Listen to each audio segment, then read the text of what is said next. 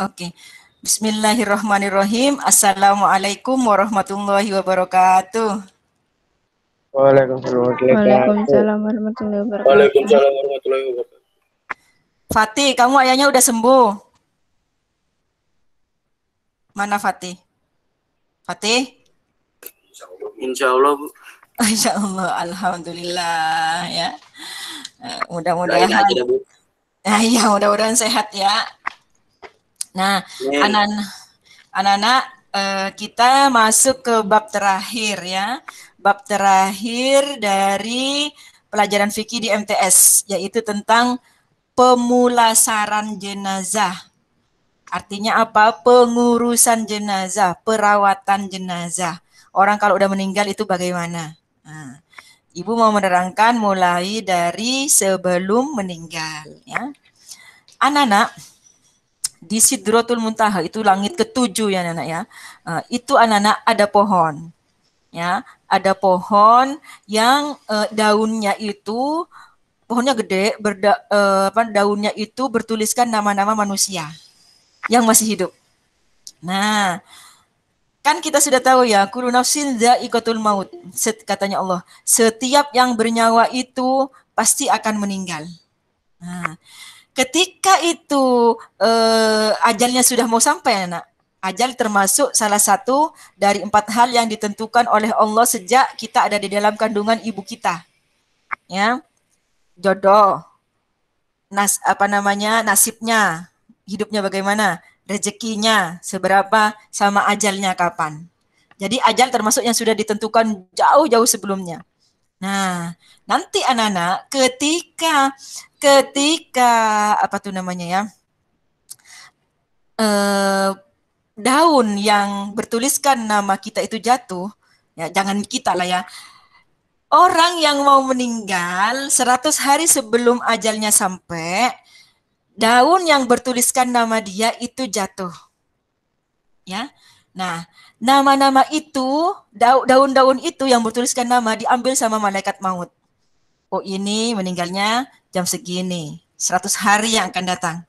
Nah, sejak saat itu anak-anak orang tersebut ya, calon-calon orang yang akan meninggal ini sudah dalam pantauan malaikat. Nah, biasanya sudah mulai keceplosan tuh orang-orangnya, entah ngomongnya, entah sikapnya. Nah, dan orang yang di sekelilingnya itu nggak nyadar. Ya, baru nyadar biasanya setelah yang keceplosan itu meninggal. Yang kadang-kadang kan pantesan dia kemarin itu begini, tak biasanya dia tuh begini. Nah, itu karena 100 hari sebelumnya sudah diteropong sama malaikat. Lebih dekat lagi, 40 hari sebelum meninggal, ini orang sudah diikuti sama malaikat, sudah ditempel sama malaikat maut. Sudah ditempel dengan malaikat maut. Nah, kalau nabi anak-anak, kalau nabi ya, namanya nabi ya, kalau mau meninggal ditawarin. Ya, ditawarin.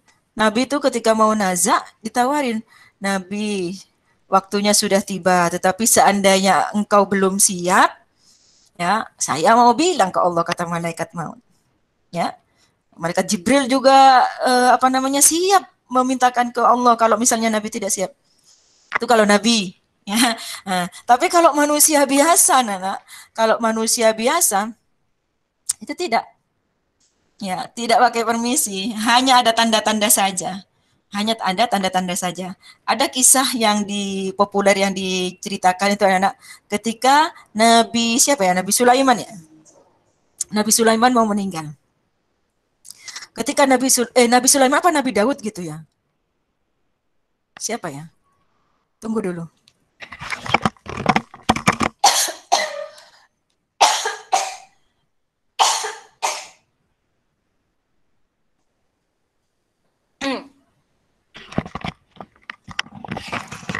Nabi Daud anak-anak. Ya, Nabi Daud ketika mau meninggal itu anak malaikat maut itu datang. Kata Nabi Daud tuh, ini kamu siapa ya?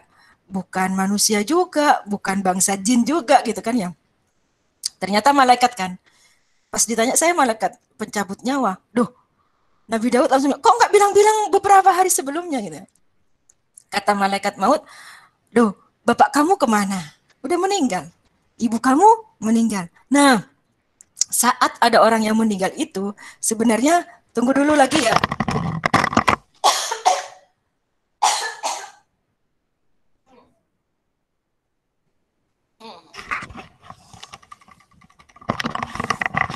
Sebenarnya, kata malaikat maut, saya itu mau ngasih tahu ke kamu bahwa kamu juga akan meninggal. Jadi anak-anak, kalau ada orang meninggal, kita harus selalu ingat bahwa kita juga akan mengalami hal yang sama. Hal yang sama. Jadi reaksi kita ketika ada yang meninggal, aduh, saya itu pasti akan seperti dia. Jadi saya harus bagaimana? Itu seperti itu anak-anak ya. Sikap kita ketika ada orang yang meninggal. Nah, anak-anak, kalau kita ya bukan nabi ya, itu meninggalnya itu ada dua macam. Ada yang mendadak, ada yang sakit dulu, ya kan? Kalau mendadak itu hampir tidak ada apa ya, tidak ada tanda-tanda bahwa akan nazak, bahwa akan menghembuskan nyawanya untuk yang terakhir kalinya, ya kan? Tapi kalau sakit sebelum meninggal itu masih ada tanda-tanda, apalagi kalau dihubungkan dengan alat di rumah sakit itu, ya yang yang gitu itu. Nah, kalau itu anak-anak kalau sudah datar, kalau alatnya itu sudah datar, nah itu berarti hampir, ya sudah hampir itu. Ya, kalau orang yang sering menunggui orang nazak, itu tahu ciri-cirinya. Oh ini sudah dingin banget, oh ini matanya sudah begini, oh ini sudah tahu. Nah, ya sudah tahu. Nah sekarang anak, kita itu walaupun tidak sakit, itu harus selalu ingat bahwa orang meninggal itu tidak harus berumur sekian. Buktinya, ada umur 5 tahun meninggal, ada umur 14 tahun meninggal, ada yang 70 tahun masih hidup, ya kan? Nah, artinya anak, jangan, oh saya masih muda gitu, jangan ya. Jangan seperti itu. Harus bagaimana, Bu? Ya harus mempersiapkan juga, karena ada yang tidak pakai sakit. Tadi perasaan dia baru dari sini jalan sehat, kan suka begitu kan ya, ada yang begitu kan? Nah, itu namanya matinya tidak mendadak, tidak pakai sakit dulu. Nah, yang seperti ini kita harus persiapkan anak. Apa bekal kita? Karena setelah orang meninggal itu akan masuk ke alam kubur, alam barzah namanya. Alam perantara. Ya, alam perantara antara dunia dengan hari akhir, dengan alam akhirat. Nah, selama di kuburan itu anak-anak itu tidak tahu berapa tahun sampai menunggu kiamat. Dan di sana ada kehidupan alam barzah. Ya, kalau diterima amalnya aman, tetapi kalau tidak disiksa. Sampai kapan? Sampai akhirat. Sampai akhirat. Ya. Nah, sekarang kita mulai dari bagaimana orang kalau mau meninggal. Orang kalau mau meninggal itu anak-anak sama setan itu akan digoda supaya su'ul khotimah. Ya, karena kata Nabi, orang itu tergantung pada akhirnya. Kalau akhirnya baik, insya Allah dia masuk surga. Tapi kalau tidak, dia masuk neraka. Makanya kita harus banyak berdoa, Allahumma inni as'aluka husnal khotimah. Ya Allah, saya minta kepadamu diberi akhir yang baik. Karena pada kenyataannya ada yang pertamanya bandel, ya kan? Ujungnya taubatun nasuha dan meninggal. Tapi sebaliknya ada yang pertamanya baik, soleh, soleha.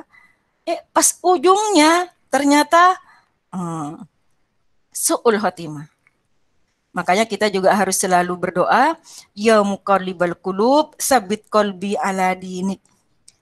Wahai zat yang membolak-balikkan hati. Jadi Allah itu adalah zat yang membolak-balikkan hati, ya. Kadang baik, lempeng, sabar, nurut, gitu ya. Tapi satu ketika marah-marah ini karena hati berbolak-balik, dan yang membolak-balikkan itu Allah.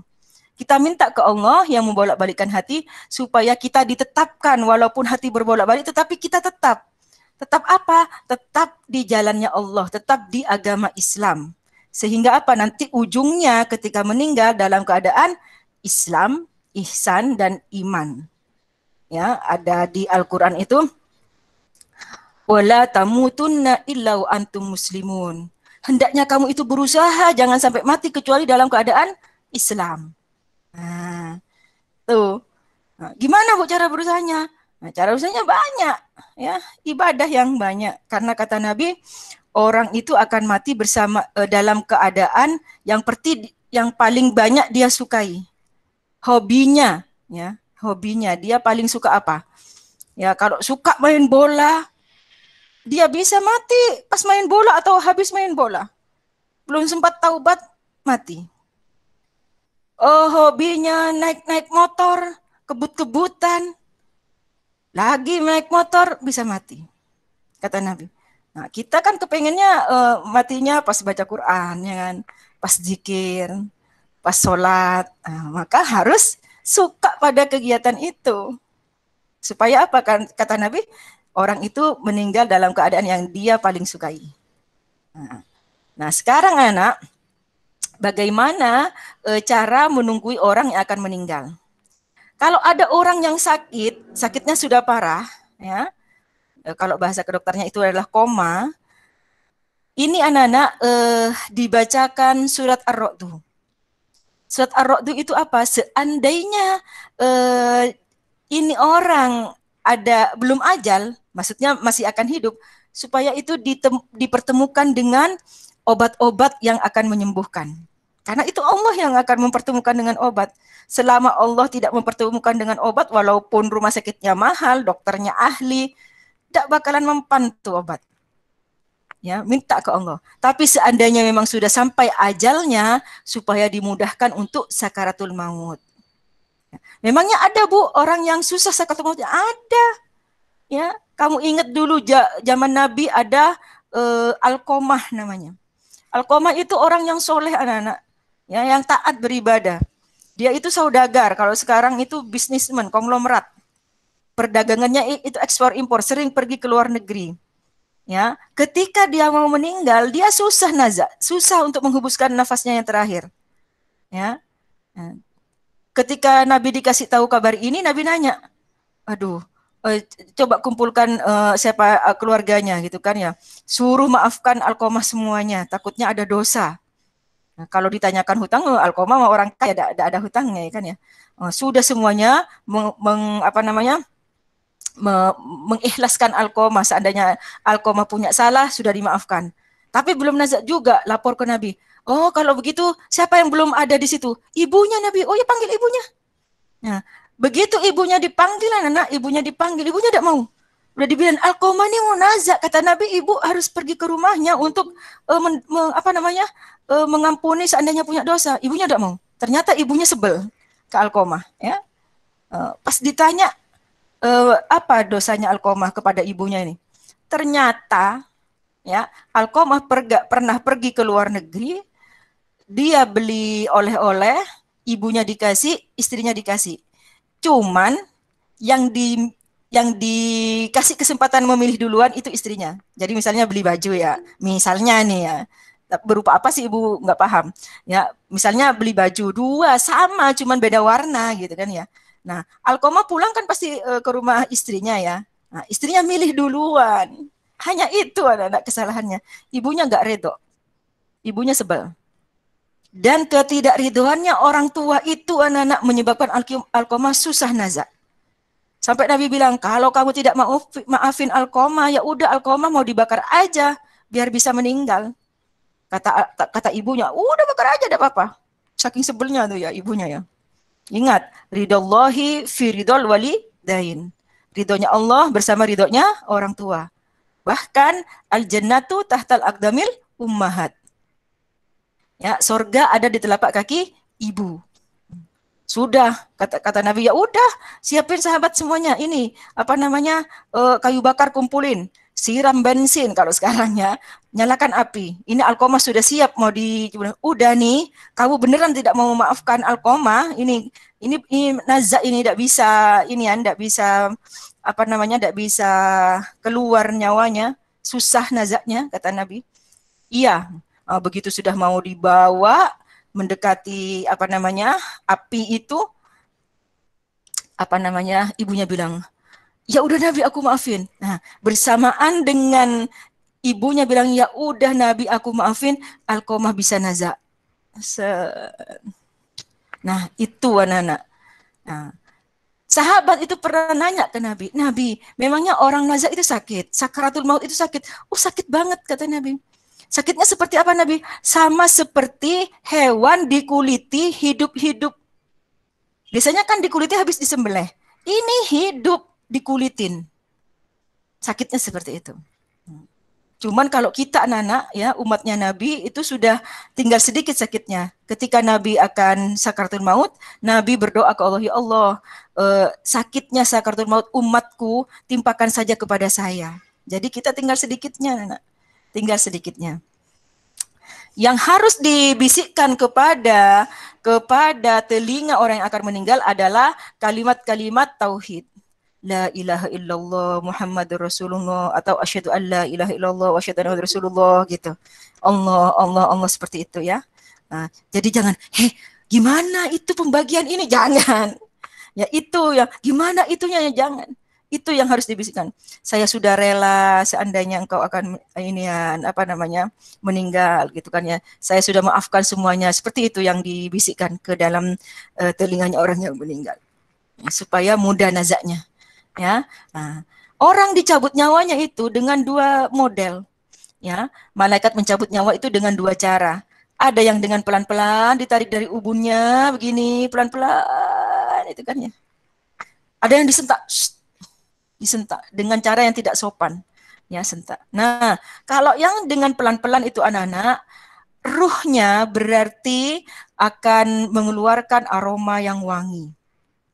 Jadi ruh itu setelah di dalam tangannya malaikat maut pencabut nyawa akan diserahkan kepada malaikat berikutnya yang menyimpan ruh itu anak-anak, yang bertugas untuk menyimpan ruh, dan malaikat yang bertugas itu sudah membawa kain. Ini ceritanya yang husnul khotimah ya. Kainnya itu dari surga, ya, kain dari surga. Nah, ini akan dibawa kemana? Ke langit pertama, kedua, ketiga, dan seterusnya. Sampai ke tempatnya. Nah, kalau orang yang diampuni oleh Allah dan diterima amal kebaikannya, ini ruhnya kan wangi. Jadi ketika mau masuk langit pertama, malaikat yang berjaga di langit pertama itu bilang, aduh ruhnya siapa ini wangi banget. Dijawab, ini ruhnya si A bin si B gitu. Nah, sampai terus akhirnya sama Allah, taruh dia di Iliyin, kata Allah. Jadi keputusannya itu Allah yang memutuskan. Taruh dia di Iliyin. Iliyin itu apa? Tempatnya yang terhormat. Ruh-ruhnya orang yang diampuni sama Allah.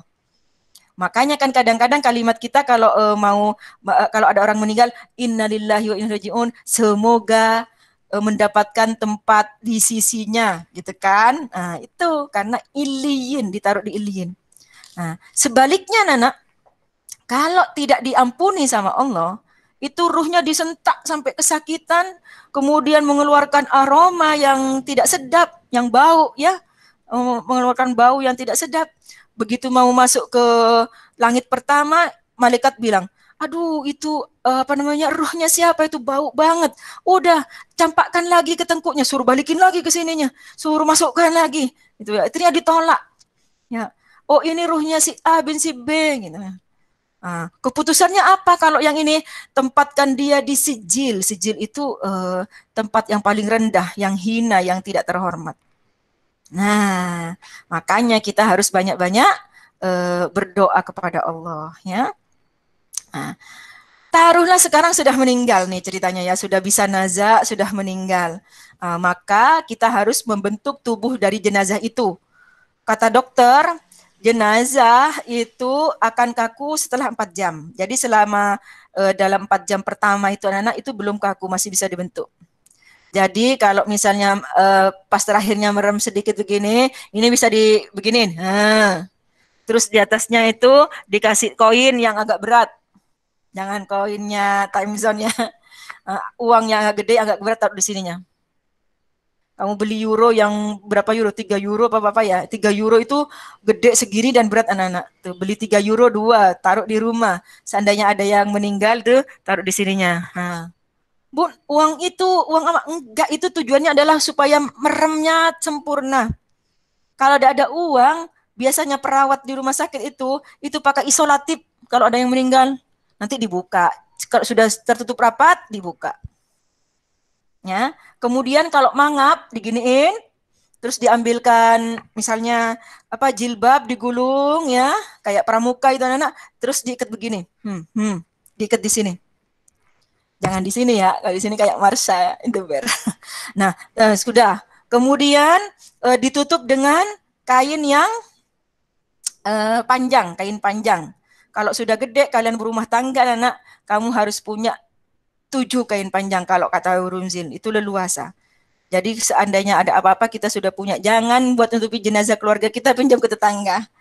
Ya, tetangganya pas balikin nggak mau, udah buat kamu aja. Soalnya habis dipakai buat nutupin jenazah. Ya, paling nggak punya 7, murah, hanya 25.000, 40.000 gitu. Ya, ditutupin dulu, ya, kemudian dibuka bajunya. Ya, Bu, sudah kaku, gunting aja bajunya. Ya, jangan dipatahkan tulangnya. Nah, kalau sudah dibuka, ini dalam keadaan sudah ditutup ya, ditutup kain ya. Bu, ternyata Bu, ditutup kain 1 lembar, nggak ketutup. Ditutup kakinya, kepalanya kelihatan. Ditutup kepalanya, kakinya kelihatan. Oh, berarti butuh 2 lembar. Ya, misalnya tinggi kayak Pak Adit tuh ya. Nah, berarti 2 lembar. Ya. Tapi ada juga yang bagian atasnya misalnya ditutupin sorban ya, dan seperti itu. Kemudian anak-anak tangannya diginiin. Ya, disenggapin. Kemudian seandainya tidak bisa bentuk, diikat dulu di sininya supaya begini. Ya. Kalau misalnya gendut perutnya, ya, setelah diikat begini, taruh di perutnya, diikat lagi supaya nggak takut melorot-melorot begini ya. Kemudian kakinya kalau gemuk, ya takutnya mekangkang, diikat di bagian lutut, terus di bagian kakinya juga diikat supaya begini, supaya rapi. Nah, kenapa? Karena kita kan masih mau menunggu proses memandikan jenazahnya. Kadang-kadang menunggu keluarganya yang masih dalam perjalanan, ya kan? Nah, selama menunggu itu anak-anak jenazah ditempatkan di tempat yang bebas dari serangga. Beli kapur ajaib, tulis tuh pinggirannya. Supaya apa? Supaya tidak ada semut yang naik ke tubuh jenazah. Ibu harus dibakarin dupa-dupa apa enggak, Bu? Itu anak-anak, apa namanya, aslinya itu hanya untuk mengeluarkan aroma wangi. Ya, zaman dulu belum ada Biofresh. Jadinya pakai dupa wangiannya. Nah, sekarang boleh Bu, boleh asalkan jangan disalah tafsirkan, bukan supaya roh-roh roh nenek moyang menyambut apa. Kalau yang seperti itu nanti kamu syirik. Itu namanya animisme. Iya kan? Nah, tetapi kalau tujuannya sama dengan orang yang zaman dulu, yaitu untuk mengeluarkan aroma wangi, karena kan dari dupanya keluar aroma wangi itu. Nah, itu tidak kenapa. Ya. Yang nggak boleh kalau sampai syirik. Kalau sekarang sudah ada Biofresh, memangnya kenapa Bu? Karena kalau ini menunggu agak lama, ini nanti aromanya tidak enak. Karena badan kalau sudah metabolisme tubuhnya berhenti, itu kan kalau binatang ya itu sudah namanya bangkai. Ya kan? Hanya karena manusia tidak disebut bangkai, tapi disebut dengan jenazah. Tetapi sistemnya sama, akan mengeluarkan aroma yang mengundang semut-semut untuk datang sebenarnya. Nah, makanya kalau zaman dulu dibakarin dupa. Tapi tujuannya hanya itu. Nah, sekarang selama menunggu itu apa yang dikerjakan? Ada yang mempersiapkan kuburannya, ada yang mempersiapkan kafannya, ada yang mempersiapkan peralatan memandikannya. Ya, jangan semuanya sibuk di dapur. Ya, jangan. Sisanya kalau mau ke dapur, mau beli ini nih, 1 orang saja. Yang lainnya ngaji, mendoakan jenazah. Ya, didoakan jenazahnya. Biasanya kan disiapin Yasin, disiapin Quran ya. Nah, itu maksudnya kan mau orang yang takziah disuruh baca, tetapi keluarganya tidak baca. Ya, keluarganya harus ngasih contoh sehingga orang yang datang takziah ya diikutan. Lah, keluarganya diem. Orang yang takziah suruh ngaji. Ya. Ya, jadi keluarganya itu memulai supaya orang yang takziah nanti ikutan ngaji. Ya, nangis mah boleh aja tapi jangan kelamaan. Nah, sekarang ceritanya sudah siap dimandikan misalnya. Ya.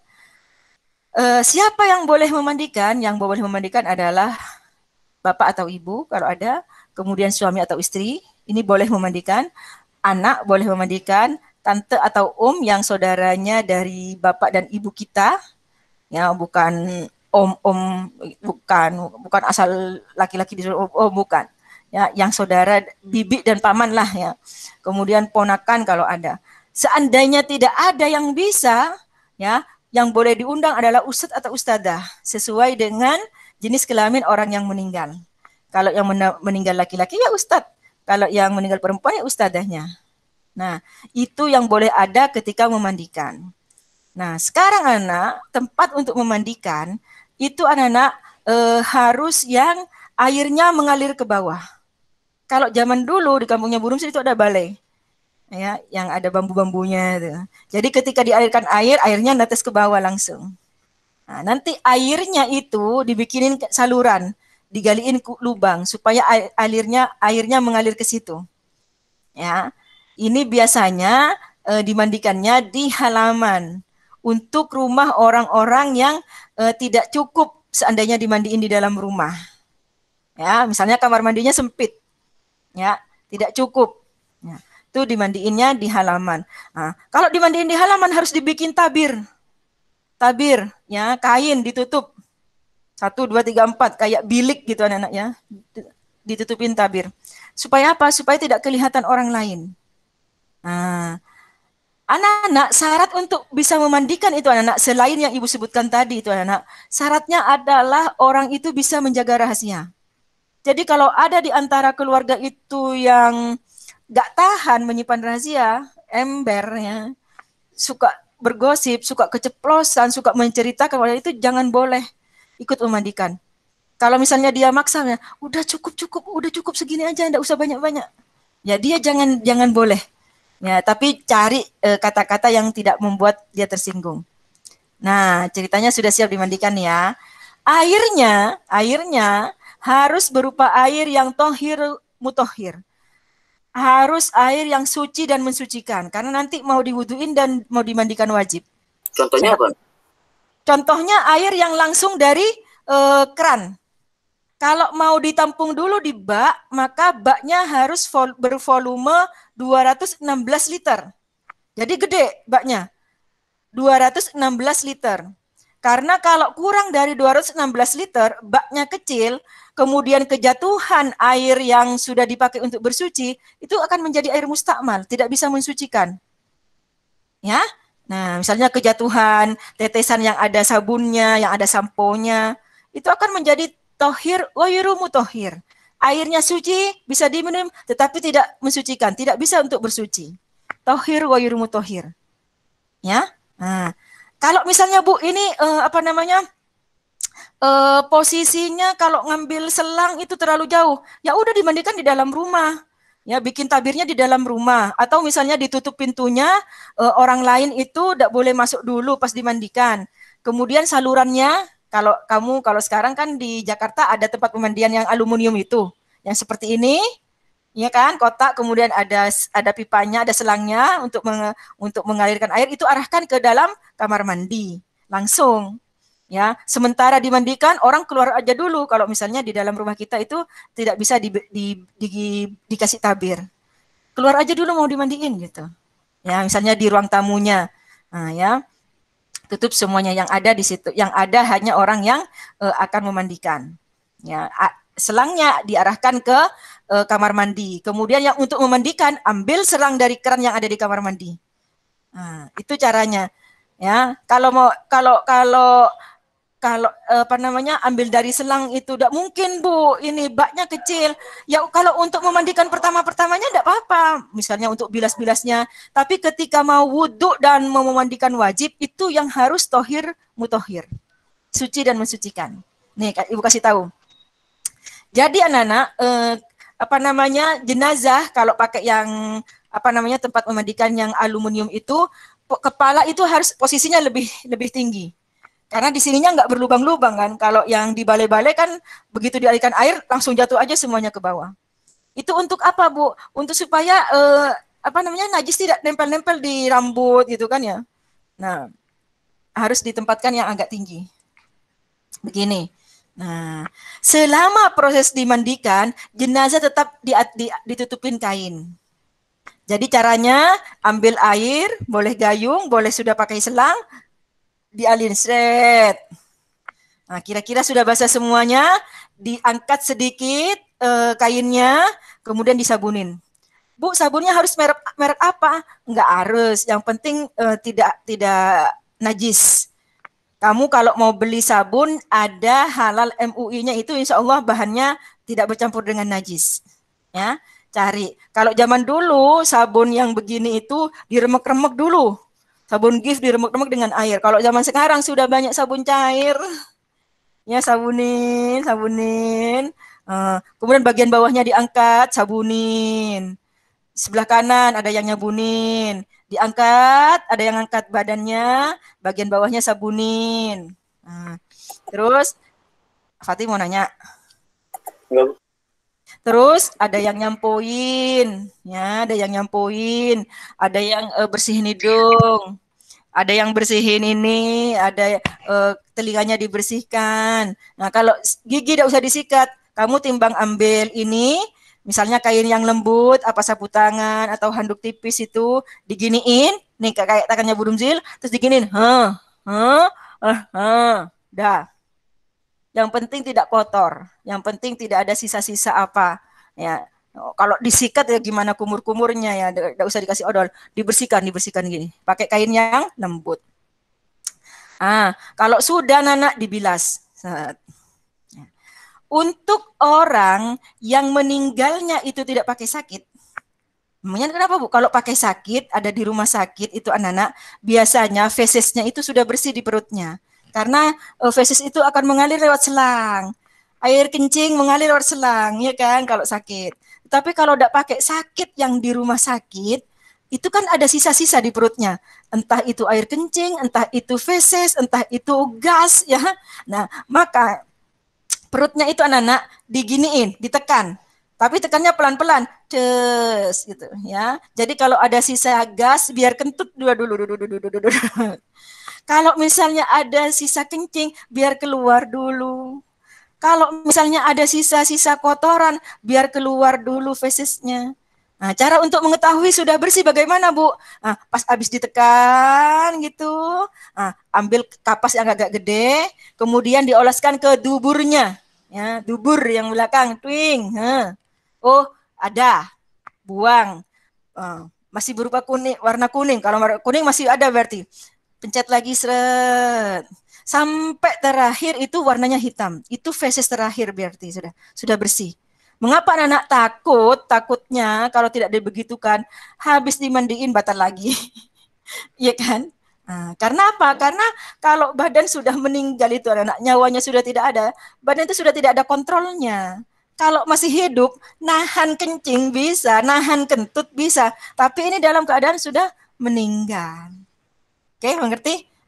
Sudah dipencet, dialirin air, dicebokin. Berarti udah selesai ya. Bersihkan tuh busa-busanya sudah selesai, sisa-sisa busanya bersih, tidak ada di badannya.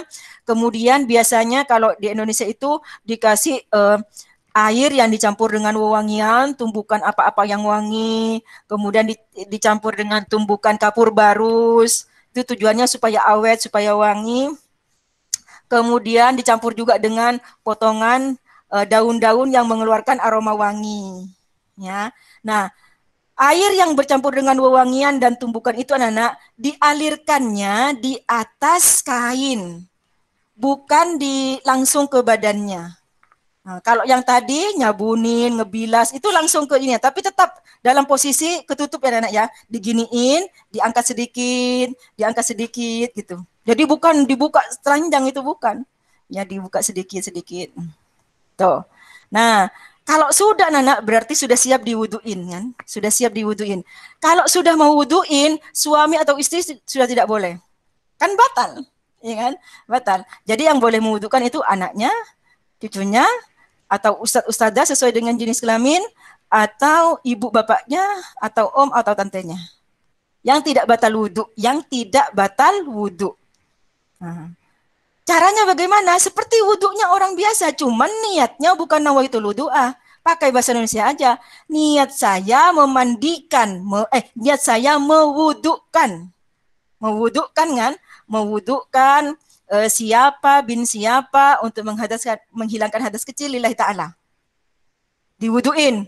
Tangan, tidak usah kumur-kumur tentu saja, tidak usah masukin air ke hidung, langsung ambil mukanya 3 kali, tangan kanan, tangan kiri, kan seperti wudhu biasa.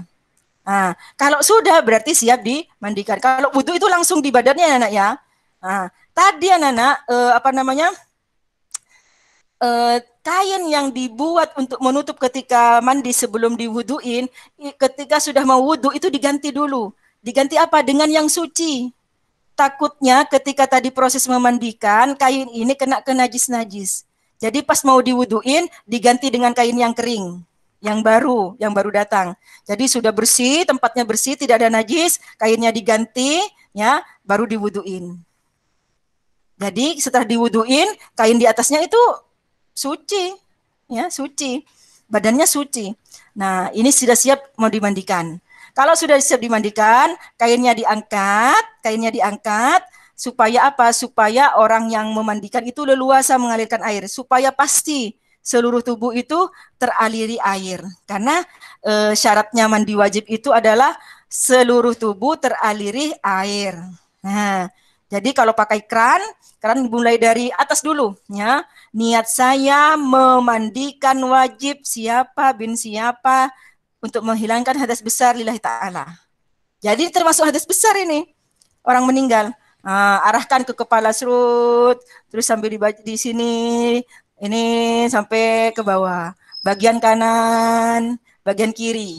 Habis itu bagian kanan bawah, diangkat sedikit, ada yang angkat jenazahnya, ada yang ngangkat kainnya, bagian bawahnya. Srit. Harus kena semuanya, Bu. Harus kena. Harus memastikan kena. Habis itu bagian kirinya diangkat. Samping sininya loh anak ya, pinggangnya diangkat sampai kena semuanya. Jadi tidak ada bagian yang tidak kena air. Ibu ada lukanya. Nah, kalau ada lukanya, setelah itu anak-anak biasanya kalau di kampungnya Bu Runzil diambilin daun pisang yang muda banget.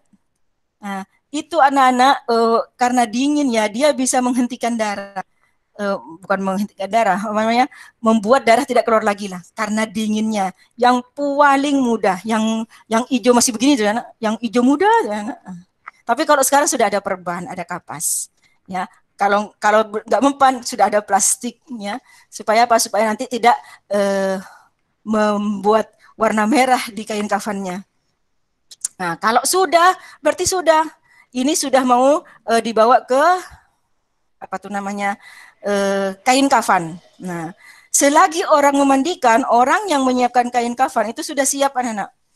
Dia sudah beli kain kafannya, sudah beri peralatannya, sudah mengguntingnya, ya. Kain kafan yang dibutuhkan itu aslinya satu. Jenazah laki-laki atau perempuan aslinya cuma satu. Tetapi sunnahnya, ya, yang dianjurkan oleh Nabi, kalau laki-laki itu 3 helai. Kalau perempuan itu 5 helai. Bu, kenapa perempuan lebih banyak? Ya karena perempuan itu dibikin jilbab, dibikin rok gitu kan ya. Nah, karena auratnya lebih harus tertutup. Nah, walaupun nanti tertutup semuanya ya. Nah, itu anak-anak caranya ketika mau menggunting kain kafan itu harus diukur dulu jenazahnya.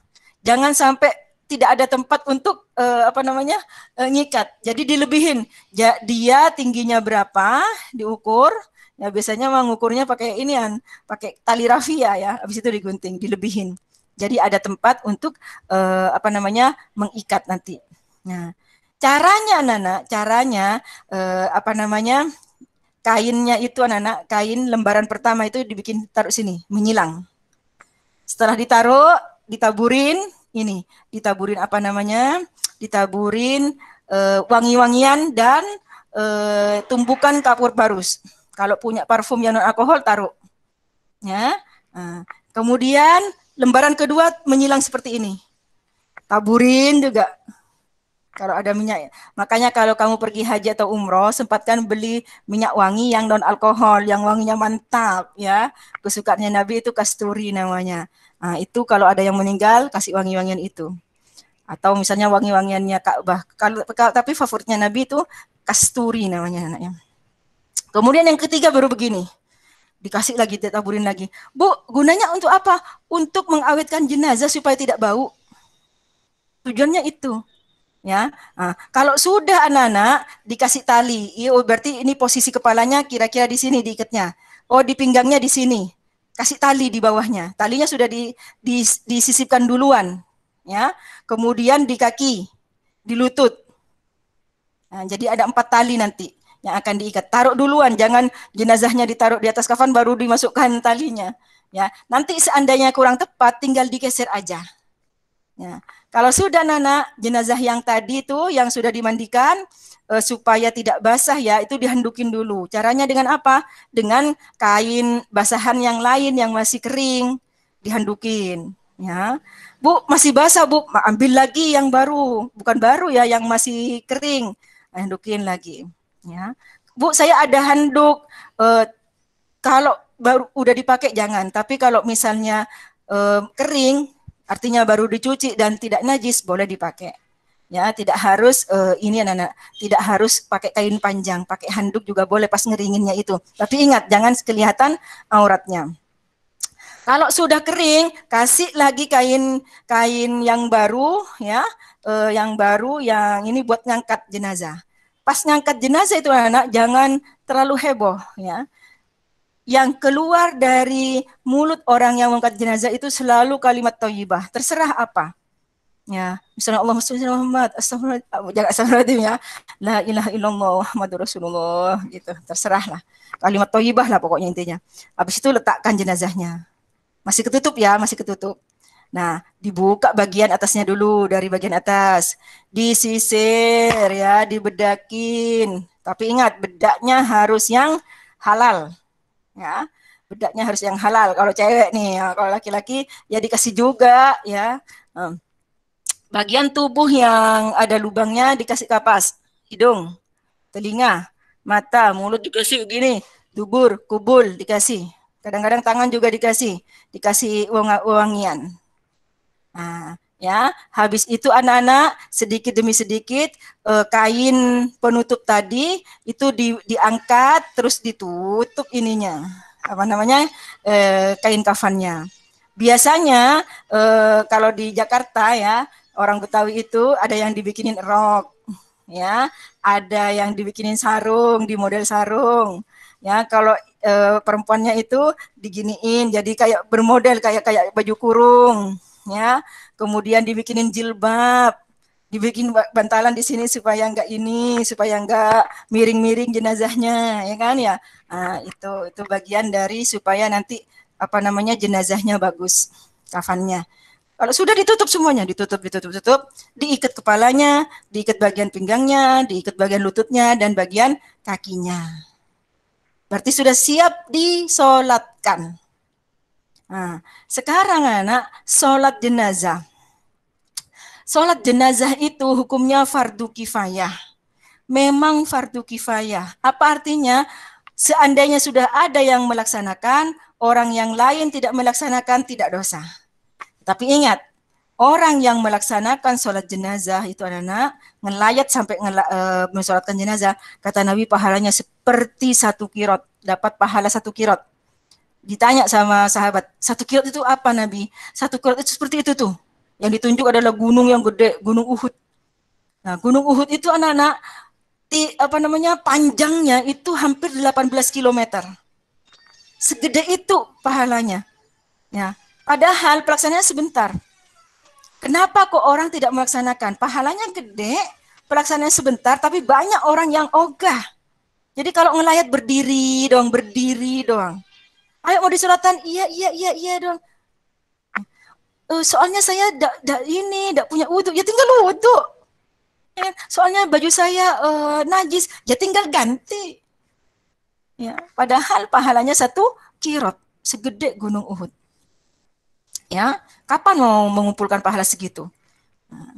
Kenapa Bu kok banyak yang tidak melaksanakan? Ya karena setan tidak rela orang Islam itu dapat pahala yang banyak dengan pekerjaan yang ringan. Dibikin ogah sama setan. Ya. Nah, caranya Nana, sholat jenazah itu seperti ini, gampang. Ya. Kalau jenazahnya laki-laki, ya, jenazahnya laki-laki, imam berdiri lurus dengan kepalanya, dengan kepala jenazah. Tapi kalau jenazahnya perempuan, imam berdiri lurus dengan pinggangnya. Ya, tuh normalnya. Ibu, tapi kenapa Bu di Masjidil Haram imamnya itu ada di mana, jenazahnya ada di mana? Ya karena itu Masjidil Haram masjid yang gede banget. Ya, biasanya kalau orang habis sholat fardu di Masjidil Haram itu orang yang meninggal disolatkan di Masjidil Haram, anak. Ya, enak banget tuh yang nyolatin banyak. Ya, nah, jenazah kalau sedikit memungkinkan imamnya berada di belakangnya jenazah. Tetapi kalau tidak memungkinkan, biasanya jenazahnya ditaruh di mana, imamnya ada di mana. Ya, karena di sana kan kiblatnya Ka'bah anak ya. Kalau yang terhormat banget, beruntung banget itu kadang-kadang jenazahnya dibawa ke dekatnya Ka'bah anak. Mantap kalau meninggal di sana. Kalau udah ada Bu jenazahnya Bu, nggak ketemu, misalnya dalam kecelakaan kapal laut, tapi sudah nyata meninggal karena nggak ketemu ini, tapi jenazahnya nggak ada, sholat goib, ya sholat goib namanya. Cara sholatnya sama, cuman sholat goib karena nggak ada jenazahnya. Goibun itu nggak ada artinya, ya nggak ada jenazahnya. Bagaimana nih? Perhatikan.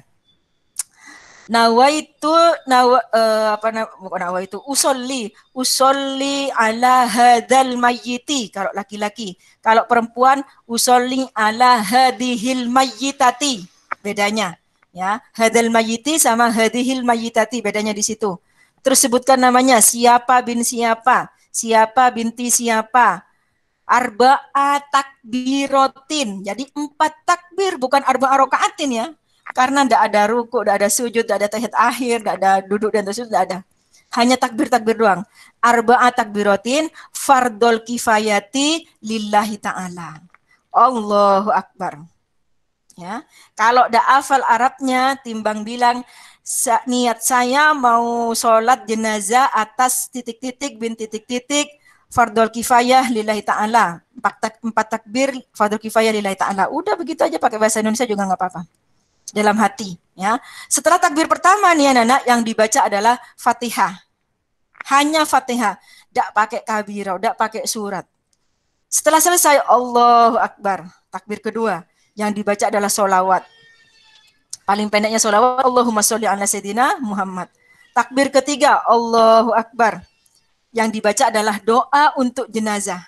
Kalau laki-laki, paling pendeknya ini ya, Allahumma ufirlahu warhamhu wa'afihi wa'fu anhu. Tapi kalau perempuan, Allahumma ufirlaha warhamha wa'afiha wa'fu anha. Kalau mau dipanjangin, tambahin lagi silahkan. Ya. Kemudian takbir keempat, Allahu Akbar. Apa yang dibaca? Doa untuk keluarga yang ditinggalkan. Kalau laki-laki, Allahumma la tahrimna ajrahu wa la taftina ba'dahu wa ufilana walahu. Kalau perempuan, tinggal diganti hu-nya jadi ha. Kalau sudah salam, Assalamualaikum warahmatullahi wabarakatuh. Nah, kalau kalian di Arab, misalnya lagi haji atau umroh, biasanya anak-anak, doa yang dibaca di takbir keempat, itu dibaca di takbir ketiga juga. Jadi setelah takbir ketiga, yang dibaca adalah doa untuk jenazah dan doa untuk keluarga jenazah. Jadi setelah takbir keempat, dia langsung salam. Boleh Bu? Boleh. Yang penting 4 takbir. Yang penting ada doanya. Yang tidak boleh adalah yang tidak sholat. Ya, nah, itu. Tapi tidak dosa seandainya sudah ada yang nyolatin.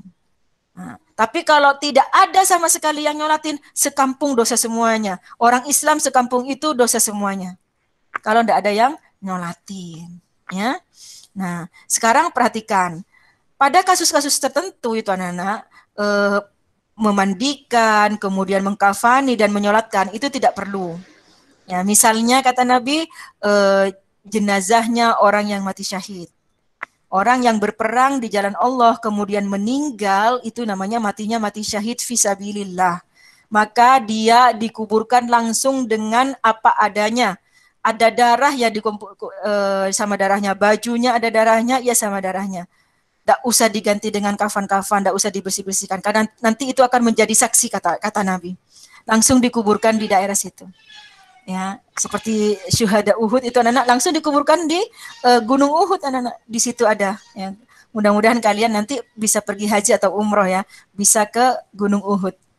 Nah, tetapi kalau yang tidak seperti itu, walaupun syahid, statusnya syahid, misalnya kata Nabi kan orang yang matinya meninggal, matinya sakit perut, mati melahirkan, itu kan mati syahid.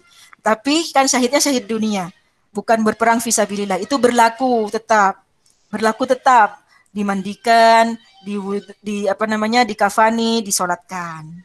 Ya, yang tidak hanya yang syahid fisabilillah. Bu, bagaimana kalau keadaan badannya itu tidak ketemunya cuma tangan doang, kan ya? Ya udah, tangannya aja dimandiin, bagian sininya itu dikasih ya biasanya yang bisa mandi itu perawat anak-anak. Dia dikasih kapas mungkin tebal, habis itu dibebat pakai plastik dulu ya, pakai plastik dulu, baru dikasih kain kafan. Kain kafan. Bu sedikit Bu gitu kan ya. Iya, kalau misalnya tidak, kadang-kadang pakai kantong mayat. Misalnya darahnya tidak memungkinkan untuk dibendung ya. Adanya cuma ini, langsung dikuburkan boleh. Disolatkan Bu, solatnya solat goib. Ya, misalnya ketemu tangannya doang. Ya, mudah-mudahan naudzubillah min dzalik ya, kita dijauhkan dari yang mati seperti itu. Ya. Ibu bagaimana kalau COVID? Nah, kalau COVID itu Masya Allah ya Nana ya. Aduh, kata Nabi Nana ya, orang yang disolat setelah meninggal disolatkan oleh banyak soft. Jadi sunnahnya itu anak softnya diperbanyak. Banyak dalam kebiasaannya orang Arab itu dikatakan untuk jumlah yang lebih dari 2. Jadi kalau 1 namanya mufrad, 2 namanya muannas, lebih dari 2 namanya jamak.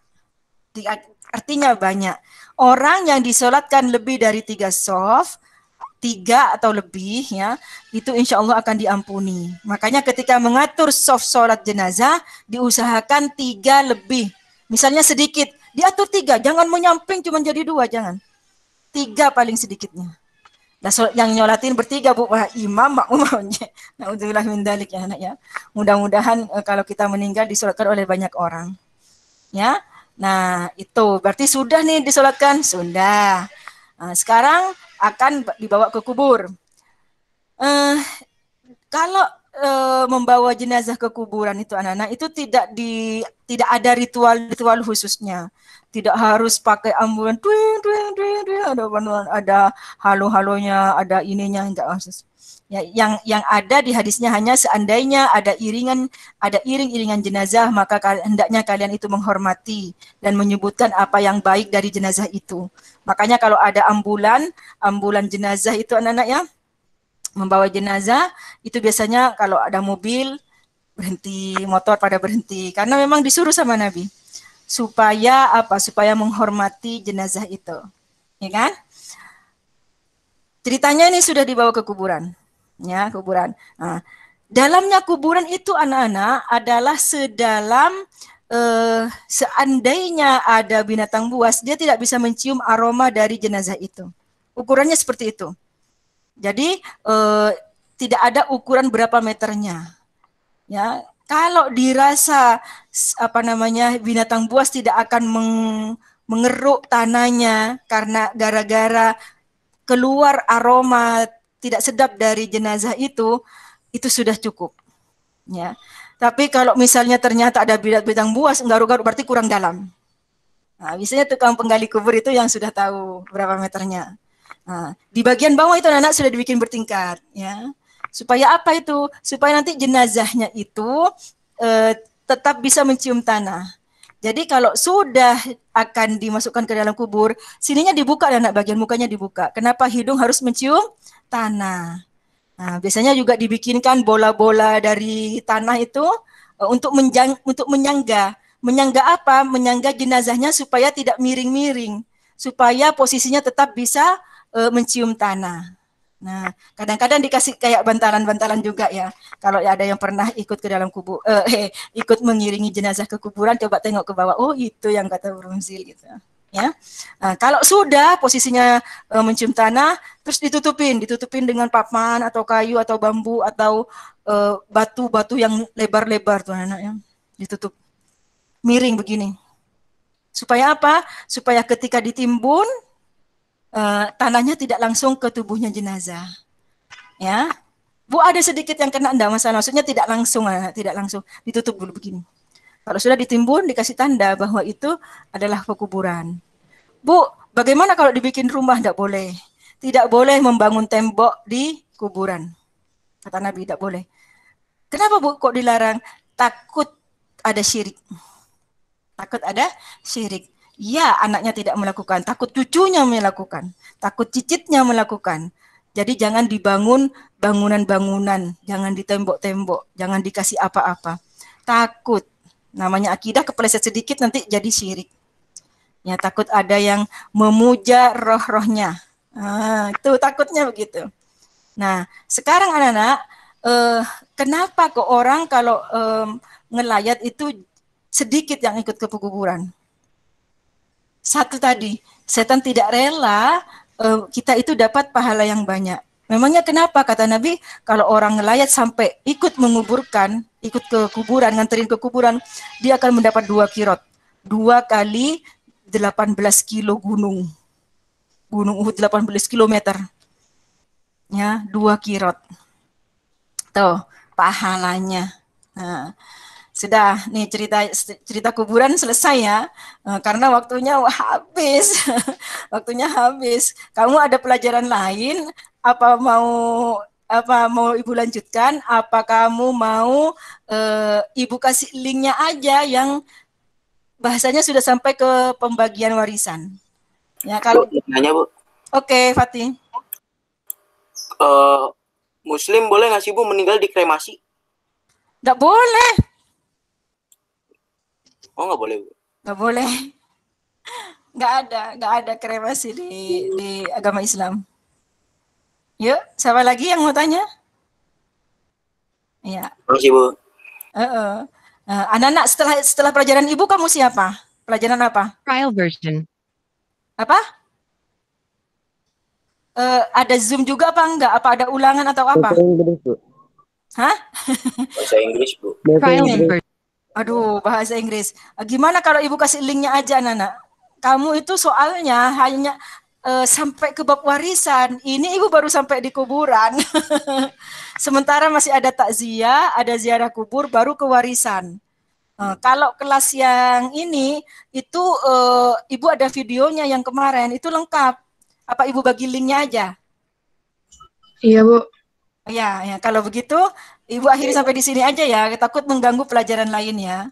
Mudah-mudahan kalian mengerti, dan seandainya ada pertanyaan tidak bisa diungkapkan di sini, boleh kirim WA ke Bu Rumzil ya. Mudah-mudahan menjadi ilmu yang bermanfaat. Ihdinas siratal mustaqim, billahi taufiq wal hidayah. Wassalamualaikum warahmatullahi wabarakatuh. Waalaikumsalam. Waalaikumsalam. Waalaikumsalam. Waalaikumsalam. Sama